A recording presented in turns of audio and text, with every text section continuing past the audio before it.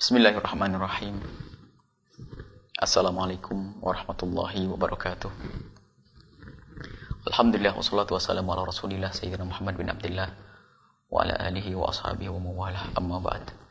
Para pemirsa dimanapun Anda berada, mari kita lanjutkan belajar kita. Saat ini kita akan belajar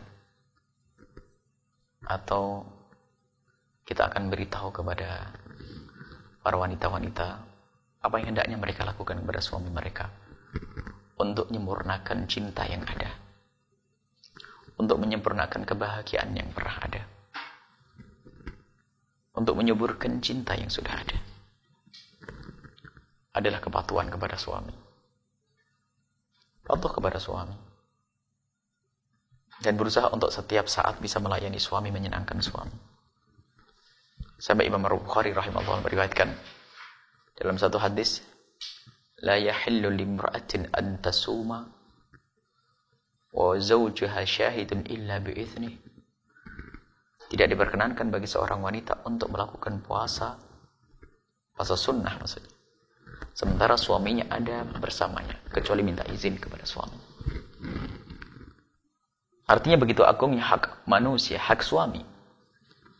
Bahkan pelanggaran kepada suami adalah pelanggaran yang besar dan besar. Allah akan murka kepada seorang istri yang durhaka kepada suami. Dan perintah ini justru untuk menyempurnakan keindahan, bukan diskriminasi, bukan melecehkan wanita, bukan merendahkan wanita. Sebab pemimpin adalah seorang laki-laki yang wajib memberi nafkah, mengatur. Dan kalau tidak, yang diatur tidak punya prinsip kepatuhan, apa yang bisa diatur nanti? Dan nanti ada kewajiban bagi seorang suami bagaimana mereka berkasih sayang, berlemah lembut, mengayomi, dan seterusnya. Ini kewajiban suami. Tapi sebagai seorang istri, adalah kepatuhan. Sampai digambarkan oleh Nabi SAW. Ada wanita bertanya kepada Rasulullah, apa yang harus dilakukan seorang istri kepada suaminya? Nabi menjawab, kalau seandainya wanita tersebut berada di atas kendaraannya, lalu suaminya menginginkan, yang wajib turun. Kalau ada seorang laki-laki membuat suaminya murka semalam, suaminya menginginkan keindahan, kemesraan dengannya, tatonya dia ogah-ogahan tanpa uzur, bukan karena sakit dan yang lainnya, tidak ada uzur, hanya karena ogah-ogahan, maka semalam itu akan dikutuk. Mana dikutuk, sebagian wanita merasa tersinggung. Loh, kok enak banget main kutuk-kutuk? Justru ini adalah Allah memaksa wanita agar kenal makna keindahan yang sesungguhnya. Untuk melayani suami, bukan untuk nyangkul di luar, bukan. Untuk bekerja di pro pabrik sana, bukan. Masa mesra tidak senang? Wanita mana yang tidak senang bermesraan dengan suami? Wanita sakit. Nabi berbicara bukan kerjaan, bukan suami menyuruh untuk mencangkul di tengah sawah. Bukan untuk naik gunung, bukan. Itu perintah dari Rasulullah bahwasanya jika ada seorang wanita, suaminya menginginkannya, hendaknya dia layani. Maknanya apa? Kemesraan itu harus didahulukan. Lihat, ini keindahan yang diajarkan oleh Islam. Ada sebagian orang karena kebodohannya mengatakan, lah ini Islam kok merendahkan wanita banget untuk pelayan seks. Ketahuilah, ini adalah untuk keindahan, bukan urusan seks saja, bukan. Kemesraan, keindahan. Hanya wanita unik saja di saat diajak mesra nggak mau, nggak tahu apa yang ada di otaknya. Apa yang ada di otaknya wanita tersebut? Lihat. Dengan hadis semacam ini merasa tidak nyaman karena apa? Kok serendah itu? Kalau memang Anda lagi faham makna cinta, hai orang yang senang cinta, atau mengerti makna cinta, faham makna cinta. Bagaimana makna cinta? Paling indahnya adalah di saat bisa bersentuhan tangan, berbincang, sampai melakukan hubungan yang sangat pribadi dengan penuh cinta. Lah diajak urusan begitu kok mengatakan ini adalah kalimat, ini adalah diskriminasi dan sebagainya. Apa yang ada di benak wanita tersebut? Lihat. Bukan perendahan. Bukan untuk bekerja wanita, akan tapi saat itu adalah untuk melayani seorang suami. Lihat.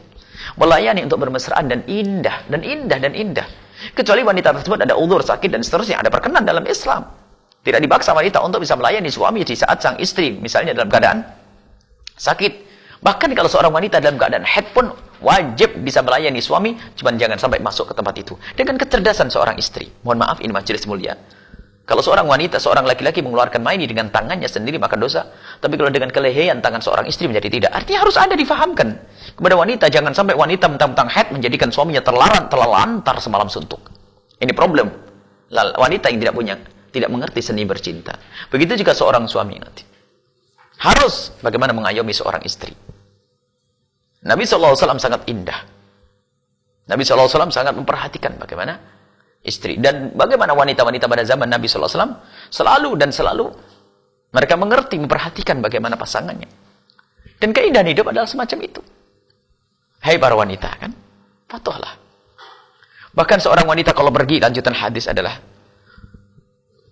kalau ada seorang wanita itu mau pergi jauh, hendaknya izin. Izin itu bukan mengekang. Hanya orang bodoh yang merasa di saat harus minta izin dikekang. Izinnya seorang wanita kepada seorang suami itu maknanya apa? Mungkin yang harus dilakukan oleh seorang istri bisa dilakukan oleh seorang suami. Sehingga seorang istri tidak perlu lagi keluar. Misalnya, bang, saya mau beli belanja di pasar. Belanja adalah pekerjaan berat. Ternyata ngelapor sama suami, suaminya mengatakan, biar saya saja yang belanja. Alangkah indahnya. Atau mau pergi jauh, bang, saya akan pergi ke tempatnya kawan. Baik, diizinkan. Sehingga kebayang di benak sang suami, si istrinya kemana. Kalau terlambat, suami bisa menjemput. Coba kalau seorang perempuan pergi tanpa izin, ayo. Tanpa izin, bingung suami, istriku di mana, istriku di mana. Mungkin ada orang berbuat jahil, berbuat jahat, tidak ada yang bisa menolong. Ketahuilah bahwasanya izin yang harus dilakukan seorang istri kepada suami justru untuk kemuliaan wanita tersebut. Jangan salah paham, hai wanita. Siapa sih wanita yang tidak senang ditemani oleh sang suami? Pergi ke pasar diantarkan, jemput, Allah. Tapi sebagian wanita yang telah tercemar dengan cara berpikir yang orang barat, orang kafir, kaum liberalis. Sehingga mengatakan bahwasanya, ini Islam kok merendahkan betul kepada wanita. Wah, sudah harus dibungkus, keluar harus pakai izin, apa-apa kayak orang di penjara saja. Dengan kekasihnya dianggap penjara. Kemana-mana aja harus dikawal, kayak dicurigai terus. Yang mengawalmu adalah suamimu yang mencintaimu. Ini ada kebodohan manusia yang tidak mengerti makna keindahan. Suami mengawalmu adalah yang mencintaimu, yang tidak rela jika engkau terlukai, tersakiti, dan seterusnya. Baik, indah. Maka wahai para wanita, patuhlah kepada syariat Nabi sallallahu alaihi wasallam. Kepatuhanmu kepada suamimu adalah kepatuhan kepada Allah Subhanahu wa taala. Wallahu a'lam bishawab. Assalamualaikum warahmatullahi wabarakatuh.